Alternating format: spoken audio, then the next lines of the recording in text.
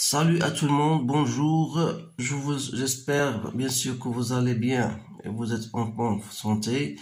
Donc aujourd'hui je vais partager avec vous un exercice concernant les fonctions logarithmes, toujours pour le niveau baccalauréat, deuxième baccalauréat. Alors c'est un exercice très intéressant, alors qui comporte certaines questions à laquelle vous allez répondre. Bien sûr, vous pouvez faire une pause et répondre aux questions posées et après vous faites bien sûr la comparaison avec vos réponses avec les miennes. Donc voilà soit une fonction g définie sur un intervalle 0 plus l'infini par g de x égale à x plus x moins 1 ln de x. La première des questions, c'est facile, calculer g' de x. Alors avant de calculer g' de x, il faut toujours mentionner que la fonction est dérivable. Bien sûr, la fonction est dérivable, vous avez deux fonctions composées, voilà. Vous avez la première fonction qui est x et vous avez la fonction x moins 2 ln de x. Ln de x c'est une fonction dérivable sur 0 plus l'infini. Alors la somme ou le produit de fonctions dérivables est toujours une fonction dérivable. Ça c'est une question donc, que vous pouvez mentionner à cela. Et après vous cherchez la dérivée de g' de x. Alors g' de x égale, en fait, la dérivée de x c'est quoi? C'est 1.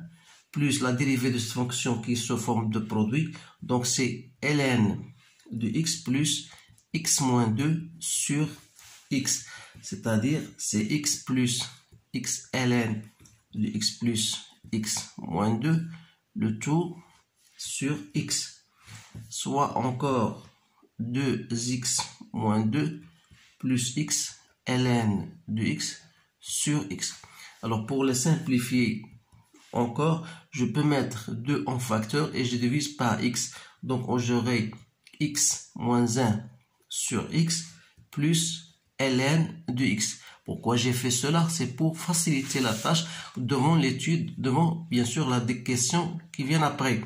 On déduire que pour x strictement supérieur à 1, vous avez g' de x strictement supérieur à 0. Et pour x compris entre 0 et 1, vous avez g' de x est inférieur strictement à 0. Alors là, pour x strictement supérieur à 1, ça veut dire que x moins 1 est strictement supérieur à 0. Et par suite, x moins 1 sur x est strictement supérieur à 0. Et même en la multipliant par 2, ça reste toujours strictement supérieur à 0. D'autre part, ln de x, bien sûr, elle est strictement supérieure à 0. Donc la somme de deux fonctions strictement positives, et alors c'est une fonction positive. Ça veut dire que g' de x sera strictement supérieur à 0. Pour x compris entre 0 et 1, vous avez x moins 1, elle est négative. Donc, x moins 1 sur x sera toujours négatif. Et même en multipliant par 2. Et ln de x est strictement inférieur à 0. Ça veut dire que g' de x est inférieur strictement à 0. Alors là, on va utiliser ces choses-là par la suite lorsqu'on va arriver au traçage de la courbe représentative ou bien à l'étude de tableau de variation. Donc voilà, étudier les variations de g, on déduit que g de x est strictement supérieur à 0. Alors là, pour x strictement supérieur à 1, on a g' de x est strictement supérieur à 0, ce qui veut dire que g est strictement croissante sur l'intervalle, bien sûr, x supérieur strictement à 0. Et pour x compris entre 0 et 1, on a g' de x est inférieur strictement à 0. Ça veut dire que la fonction g est strictement décroissante sur cet intervalle-là. Alors là, je peux même faire dresser mon tableau de variation comme ainsi. Voilà, g' de x, g de x. Sans oublier que la fonction est définie sur 0 plus l'infini. Donc, il s'annule pour la valeur 1 parce que g de 1 égale à 0. Alors là, elle est positive, négative. Donc, on aura, voilà, g de 1, pardon, g' de x égale à 0, c'est la dérivée qui s'annule au point 1. Donc g de 1 égale à 1. Ça veut dire quoi? Ça veut dire que 1 est une valeur minimale. Quel que soit donc x appartenant à 0 plus l'infini, vous pouvez écrire g de x restera toujours supérieur ou égal à g de 1, c'est-à-dire que g de x est supérieur à g de 1, ça veut dire supérieur à 1. Et comme 1 est supérieur à 0, alors g de x est strictement supérieur à 0. Ce sont des questions qu'on pose toujours dans ce genre d'études de fonctions. Donc on va maintenant passer à la deuxième partie.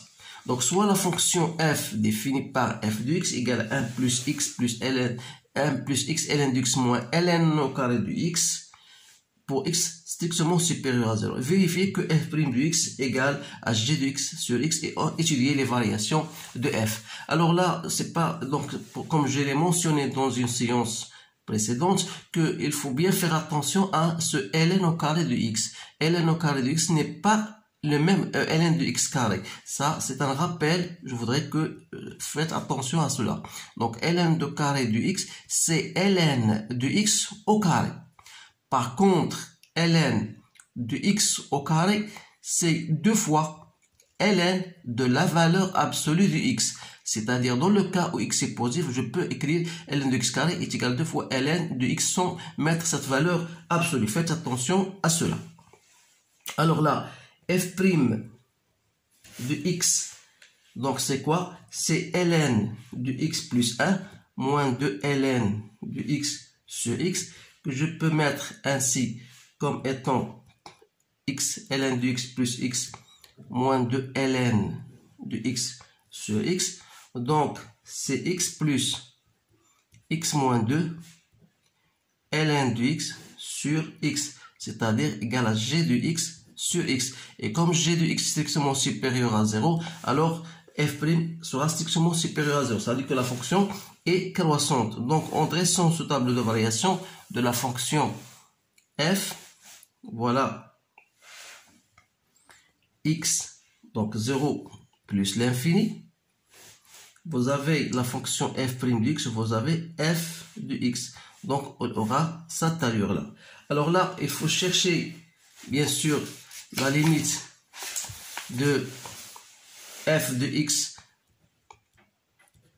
lorsque x tend vers 0 plus, qui n'est autre que la limite lorsque x tend vers 0 plus de 1 plus x ln de x moins ln au carré de x. Ça, c'est une chose que vous devez apprendre par cœur. Les limites de x ln de x égale à 0 parce que c'est x qui l'emporte. Alors là, pour ln de x au carré, pardon, la limite de ça, ln de x, la limite de ln de x lorsqu'il tend vers 0 plus, c'est moins l'infini. Donc au carré, c'est plus l'infini. Avec ce moins-là, ça donne moins l'infini. C'est-à-dire que là, on vous aurez le résultat moins l'infini. Il nous reste chercher la limite de, limite de f de x lorsque x tend vers plus l'infini. Donc vous aurez toujours, là je peux mettre ici un changement en mettant x ln de x pour me faciliter la tâche. 1 sur x ln de x plus 1 moins ln de x sur x. Pardon. Donc là, la limite de ln de x, c'est 0. Ça, c'est 0. Ça, c'est plus l'infini. Donc, ça vous donne plus l'infini. Une fois vous avez trouvé cette limite-là, donc vous êtes obligé de chercher la limite de plus l'infini. Donc, vous allez étudier les branches infinies. Donc, c'est une chose qu'il faut le faire, même si on ne me le demande pas, mais il faut le faire. Donc, limite de f de x sur x lorsque tend vers plus l'infini, ça restera toujours la limite. Lorsque plus l'infini, je divise par x, donc ça reste ln de x 1 sur x ln de x plus 1 moins ln de x sur x, ça vous donne bien sûr plus l'infini. Alors là, dans ce cas-là, on dit que c'est de f. Admet une branche parabolique de direction au y. Voilà la réponse à cette question. Maintenant, on déduire que f admet, avant cela, pardon, voilà, oui, c'est bien ça. Oui, c'est bien ça. On déduire que f admet une fonction réciproque. Une fonction réciproque f-1 définie sur un intervalle j qu'on déterminera. Alors là, pour répondre à cette question, il faut que vous ayez deux conditions. La première condition, alors que f est continu, il est continu bien sûr sur l'intervalle 0 plus l'infini. Et en plus de ça, il est croissante. Donc, il est strictement croissante. Alors, elle admet une fonction réciproque f-1 définie sur un intervalle j qui égale f de i, c'est-à-dire f de 0 plus l'infini.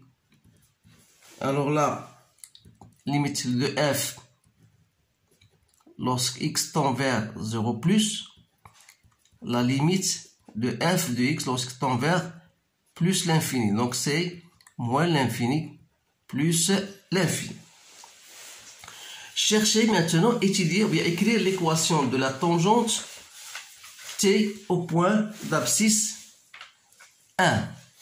Alors là, vous n'avez qu'à appliquer, bien sûr, vous n'avez qu'à appliquer la formule y égale à f' de x0, x0 étant égal à 1, x moins 1 plus f de 1.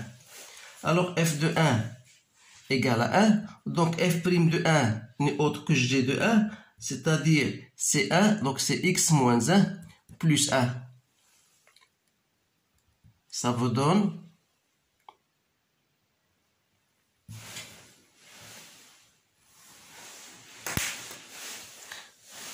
bien sûr, donc ça vous donne la valeur x.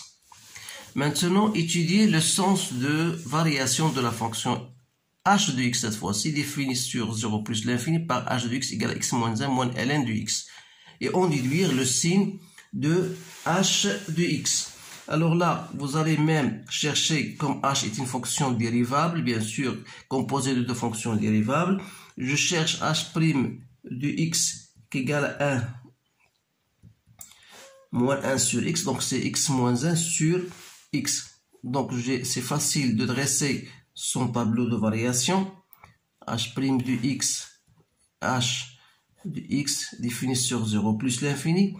Donc elle s'annule pour, la dérivée s'annule pour point 1. Donc on a positif, négatif. Donc voilà, elle aura bien sûr cette allure-là. Donc sans oublier de chercher h de 1 égale à 0. Alors là, qu'est-ce que vous en dites? Alors vous cherchez, vous dites voilà, que quel que soit x appartenant à 0 plus l'infini, ça veut dire que h de x, il restera toujours supérieur à h de 1 comme étant une valeur minimale, c'est-à-dire que h de x est supérieur à 0. Voilà, ça on va l'utiliser après. On va utiliser dans la question suivante. Montrer que f de x moins x égale à ln de x moins 1 fois h de x. Et on déduire la position de CF par rapport à sa tangente t. Donc en cherchant f de x moins x, qui n'est autre que 1 plus x ln de x moins ln au carré de x moins x. Alors on veut montrer que cela est égal à ça. Donc il suffit de passer à l'autre côté, de chercher ln de x moins 1 en fois h de x. Donc c'est ln de x moins 1 fois x moins 1 moins ln de x. C'est-à-dire x ln de x moins ln de x moins ln au carré de x moins x plus 1 moins ln ou plus ln de x. Donc ça vous donne 1 plus x ln de x moins ln au carré de x moins x qui n'est autre que f de x moins. Donc c'est bien, on dit que f de x égale à f de x moins x, c'est bien égal à ln de x moins 1 h de x. Alors là, sans oublier bien sûr que h de x est supérieur ou égal à 0. Alors dans ce cas-là, on dit que la fonction f de x moins x, il aura le signe de h de x, de ln de x moins 1, pardon. Donc, comment on va étudier cela? Voilà, on va dire cette phrase. Donc, f de x moins x, ou bien le signe de f de x est celui de ln de x moins 1, car h de x est strictement supérieur ou égal à 0. Alors là, pour déterminer le signe de f de x, je me dois m'aider en dressant un petit tableau. Voilà, ça va me faciliter bien sûr la tâche. Voilà, ln de x moins 1. Donc, ln de x moins 1, ln de x moins 1 égale à 0, ça veut dire que x égale à e. Donc, je dois mettre un e ici. Donc, la dérivée ln de x moins s'annule ici. Alors là, qu'est-ce que je vais écrire? Ln de x moins 1, il est positif. Si il est négatif, là, ln de x est supérieur, moins 1 est supérieur à strictement 1 lorsqu'il est strictement supérieur à e. Donc, qu'est-ce qu'on peut en conclure? Donc, quel que soit x appartenant à 0, e, bien sûr, il faut bien noter que f de x moins x égale à 0, ou bien ln de x moins 1 égale à 0, ou bien h de x égale à 0. Or, h de x égale à 0, c'est pour la valeur x égale à 1. Donc là, si j'élimine le point 1, alors h de x ne sera plus égal à f de x moins x ne sera pas égal à 0, mais il aura cet signe. Donc f de x moins x sera négative. Alors on dit que f de x est inférieur à x, ce qui veut dire que c de f, dans ce cas-là, il sera inférieur ou bien au-dessous de la tangente t. Par contre, quel que soit x strictement supérieur à e, on aura f de x est strictement supérieur à x, ce qui veut dire que la courbe CF sera au-dessus de la tangente t. Donc, qu'est-ce qu'il nous reste maintenant? Il ne reste que de tracer, bien sûr, la courbe représentative de la fonction.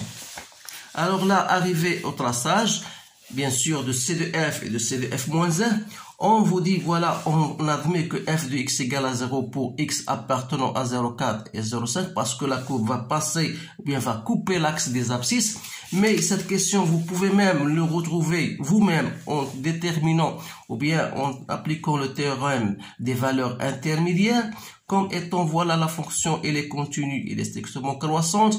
Et vous allez remarquer que l'image de 0,4, f de 0,4 fois multiplié par f de 0,5 est négatif. Dans ce cas, on dit qu'il existe un certain alpha compris entre 0,4 et 0,5 tel que f de alpha égale à 0. Alors là, ce sont des questions bien sûr qu'on la pose vraiment dans certains cas, mais pour simplifier la tâche, on donne que f de x égale à 0 pour cette valeur-là pour ne pas aller plus loin. Alors là, une fois que j'arrive à la courbe, donc qu'est-ce qu'il faut faire? Il faut toujours faire appel à votre tableau de variation. Le tableau de variation, bien sûr, la fonction, elle est bien sûr, elle est croissante. On a dit bien sûr, elle est croissante. Et il faut faire attention, bien sûr, à la position de la courbe f par rapport à la tangente. Là, c'est une question qu'on a répondu tout à l'heure. On a dit que la fonction f, ou bien la courbe représentative, est au-dessous, bien sûr, de t, dans le cas où x compris entre 0 et e, voilà la valeur e, parce que quand est-ce que f de x moins x égale à 0? Lorsque x égale à e ou bien x égale à 1. Donc ces deux points-là, ce sont les points d'intersection de f de x avec, bien sûr, avec la droite d'équation y égale à x. Alors là, si x est compris entre 0 et e, vous avez, bien sûr, sans passer par la valeur 1, alors là, vous avez la courbe représentative est au-dessous de t. Par contre, entre e et plus l'infini, vous avez la courbe sera entre au-dessus, bien sûr, au-dessus de t. Voilà ce qu'on va maintenant appliquer. Donc, pour tracer la courbe, je vais utiliser une autre couleur. Alors là, il ne faut pas oublier l'équation de la tangente au point 1, bien sûr. Donc, qu'est-ce que vous avez? Vous avez ici la courbe sera, d'abord je passe, voilà. Il aura, faut s'habituer à faire ce genre de traçage. On a dit que la fonction, bien sûr, limite de f de x sur x, lorsque x tend vers plus l'infini égale à 1, ça veut dire que la courbe va prendre l'allure et la direction des axes des ordonnées. Voilà. Ensuite là, la courbe va passer, bien va couper l'axe des abscisses et vous avez l'équation la droite d'équation x égale x égale à 0 est une asymptote verticale. Alors tout ça, il faut le noter pour ne pas l'oublier, pour que la courbe sera formidable. Alors voilà, C de f. Maintenant, je voudrais tracer la courbe représentative de la fonction cf-1. Toujours, ou bien elle sera symétrique bien sûr par rapport à la droite d'équation y égale à x. Donc là, on aura bien sûr sa allure, c'est simple, jusqu'à arriver point 1. Voilà. Donc, il y a un certain alpha, voilà la valeur alpha, ou bien x, on va couper entre 0,4 et 0,5, donc il va passer bien sûr par là.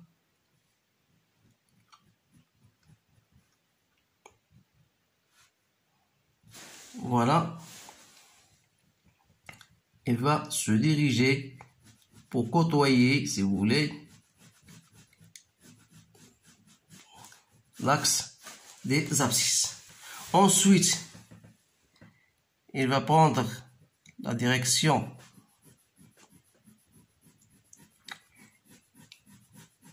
de l'axe des abscisses.